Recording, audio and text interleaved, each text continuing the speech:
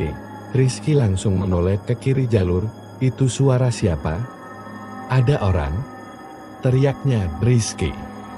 Jangan ditanggapi, bentak Gilang keras. Tapi sudah terlambat. Suara itu kini terdengar lebih dekat, lebih jelas. Kaulah. Jalu mulai panik. Itu bukan manusia. Lang, bukan manusia. Suaranya kayak bukan dari mulut. Tiba-tiba terdengar suara tertawa cepat, melengking, dan menggelegar dari segala arah. Rizky menjerit dan jatuh terduduk. Tami memeluk dirinya sendiri. Gilang dengan sigap menarik Rizky berdiri. Kita nggak bisa diam di sini, terus jalan. Jangan berhenti. Mereka berlari kecil menyusuri jalur licin. Sementara suara-suara itu terus mengikuti. Tapi suara tertawa tadi kini berubah menjadi bisikan BSSSSTT. Salah satu dari kalian akan tinggal. Rizky mulai gemetaran hebat. Gue nggak mau lanjut. Lang, sumpah, gue nggak kuat. Kalau lo tinggal di sini, lo yang diambil. Kata Gilang pelan. Jangan pernah sendirian. Setelah hampir 2 jam berjalan, dalam ketakutan, mereka sampai di area datar sebelum puncak. Tapi langit kini berubah total, hitam pekat. Bukan mendung biasa ini seperti malam. Padahal jam di tangan Gilang masih menunjukkan pukul 2 siang. Ini bukan cuaca biasa. Lang, bisik Jalu. Bukan, jawab Gilang. Matanya tajam. Kita udah masuk wilayah mereka, di area lapang. Itu, mereka memutuskan beristirahat sejenak. Rizky duduk memeluk lutut. Jalu diam sambil menatap tanah. Tami berusaha membaca doa, tapi lidahnya seperti berat. Gilang berdiri. Ia melihat ke arah puncak yang kini tertutup kabut kelabu pekat. Lalu tanpa aba-aba, ia berkata, "Jangan sebut nama gunung ini di sini, tapi juga jangan menyebut kata turun." Itu juga dilarang. Rizky menatapnya heran. "Lah kok gitu?" "Karena menurut mitos, kalau kita bilang mau turun, artinya kita pamit dan mereka akan merasa kita udah diantar, kayak tamu yang pulang. Tapi, kalau mereka belum puas, kita nggak bakal dikasih jalan keluar." Tiba-tiba Jalu berdiri, sambil menunjuk ke depan. "Elang, itu apaan?" Di balik kabut, terlihat sosok tinggi besar, berdiri diam. Tubuhnya hitam legam, lebih dari 2 meter, wajahnya sama. Tapi yang membuat semua membeku adalah mata merahnya menyala di tengah kabut. Sosok itu hanya berdiri, tidak bergerak, tapi terasa seperti menatap langsung ke dalam hati mereka. "Masuk tenda cepat!" teriak Gilang. Mereka buru-buru mendirikan tenda seadanya. Tapi suara langkah berat mulai terdengar. Duk-duk-duk. Tanah bergetar pelan. Nafas mereka tercekat. Lalu suara itu kembali muncul. "Satu, harus tinggal." Tenda bergetar hebat. Tami menangis dalam pelukan Jalu. Rizky menggosok-gosok dadanya sambil komat kamit. Gilang hanya memejamkan mata, berusaha tetap tenang. Di luar tenda, seperti ada yang berjalan mengelilingi mereka. Tapi langkah itu tidak hanya satu arah. Mereka mendengar langkah dari kiri, kanan, belakang, seolah mereka dikepung. Dan yang lebih menyeramkan, tenda mereka tidak berada di tempat terakhir mereka berhenti. Saat Gilang membuka resleting sedikit untuk melihat keluar, ia melihat pemandangan yang tidak ia kenal. Bukan hutan tempat mereka istirahat tadi, tapi sebuah lapangan kering yang penuh batu nisan kecil. "Lang, itu kuburan anak-anak?" tanya Tami dengan suara lirih. "Bukan, ini bukan dunia kita lagi," bisik Gilang. Tenda mereka diam, tapi tidak sunyi. Dari luar, masih terdengar suara-suara, seperti langkah kecil berlarian di sekeliling mereka, kadang suara tawa anak kecil, kadang seperti isak tangis. Tapi yang paling mengerikan, suara napas berat di dekat pintu tenda. "Gilang, ada yang nyendus di luar," bisik Tami. Matanya berkaca-kaca. Gilang diam. Ia duduk tegak, mendengarkan dengan serius. Ia tahu, mereka sudah tidak berada di jalur resmi Gunung Salak. Tempat ini bukan dunia biasa. Tiba-tiba, Rizky berdiri, wajahnya pucat, matanya kosong. Ia menoleh ke Gilang, lalu berbisik, "Gue mau keluar. Gue lihat ibu gue di luar." Dia manggil, "Rizky, duduk." "Itu bukan ibu lo." Gilang langsung berdiri, menarik Rizky kembali ke dalam. Tapi Rizky memberontak, "Enggak, Lan. Itu beneran ibu gue." Dia melambai ke gue. Dia bilang pulang. "Kim." Tami menjerit, "Jangan keluar. Itu bukan manusia."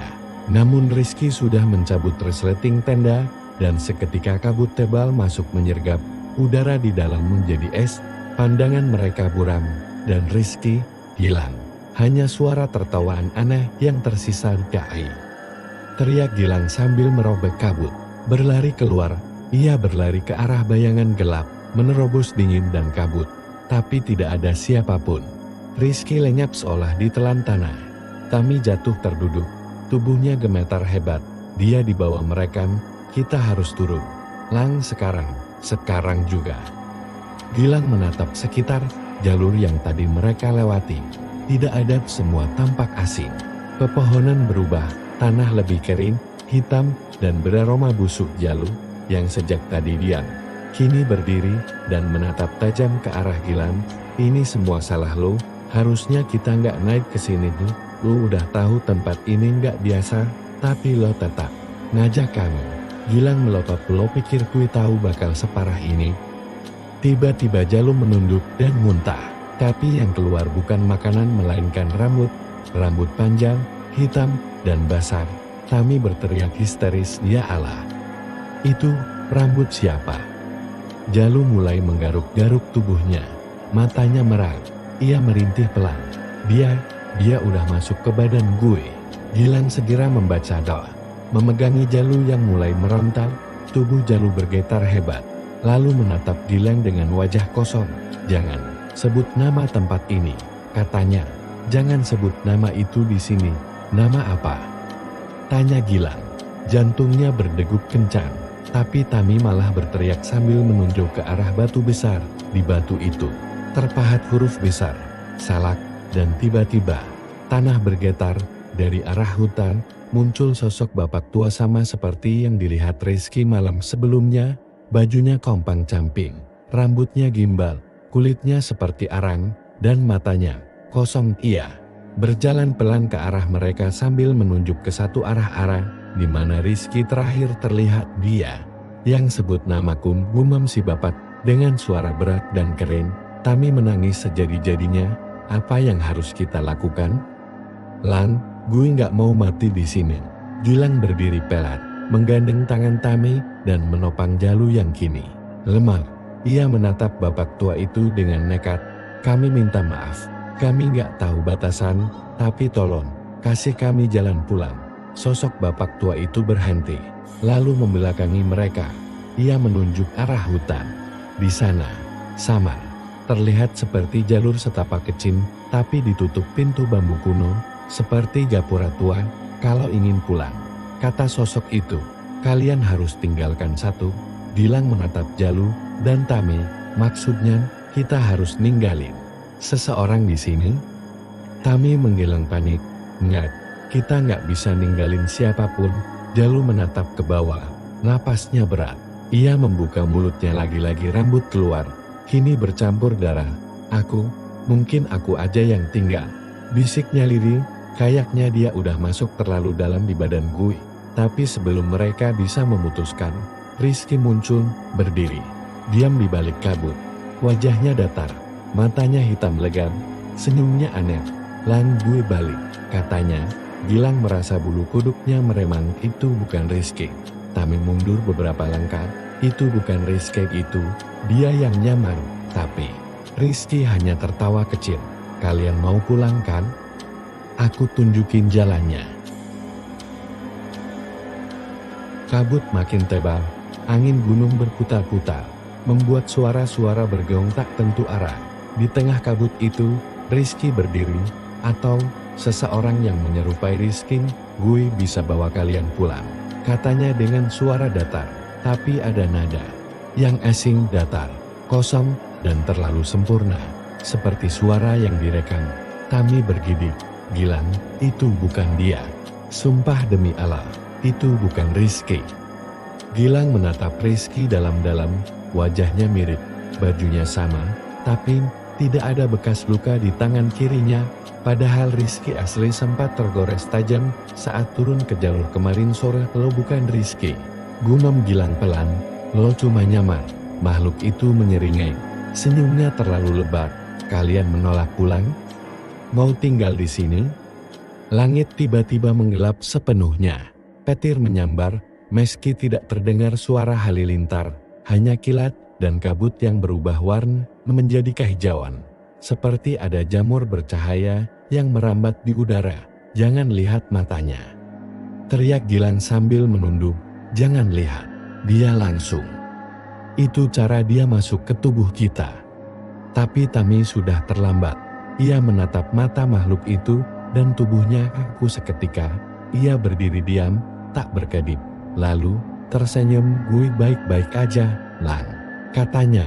"Dia nggak jahat kok, dia cuma pengen tinggal." Jalu yang setengah sadar tiba-tiba membaca doa keras-keras. Tangannya menggenggam batu kecil dari saku celananya. Batu keramat pemberian ibunya. Makhluk itu mendesis keras. "Jangan sebut nama itu di sini." Jalu terus membaca, bacaan yang semakin cepat.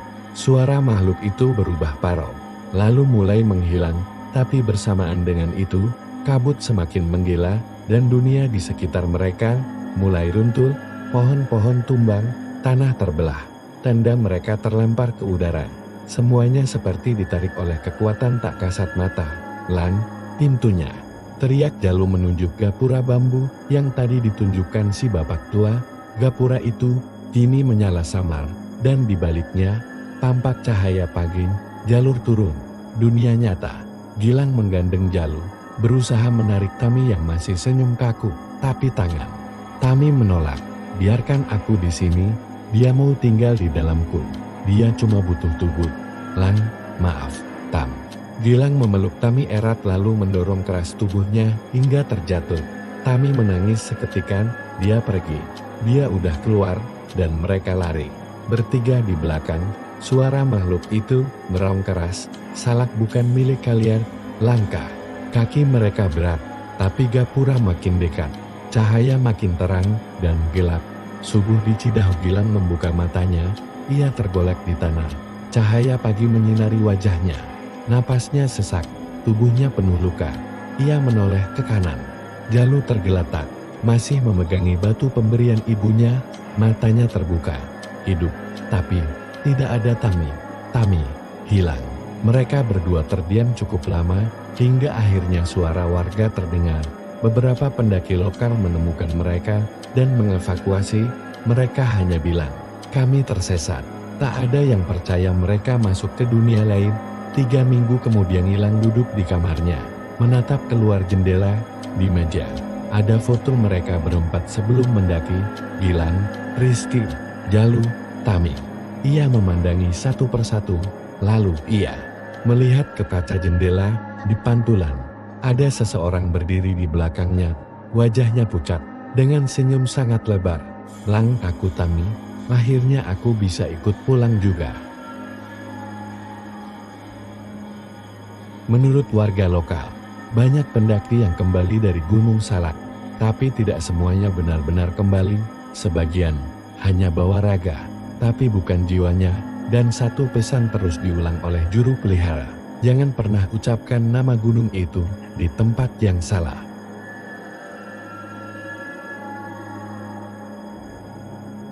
Terima kasih banyak sudah nonton cerita ini sampai habis. Saya Aulana pamit dulu. Tapi ingat, jangan ucapkan nama itu sembarangan. Sampai ketemu di cerita horor selanjutnya di Up Dan Story.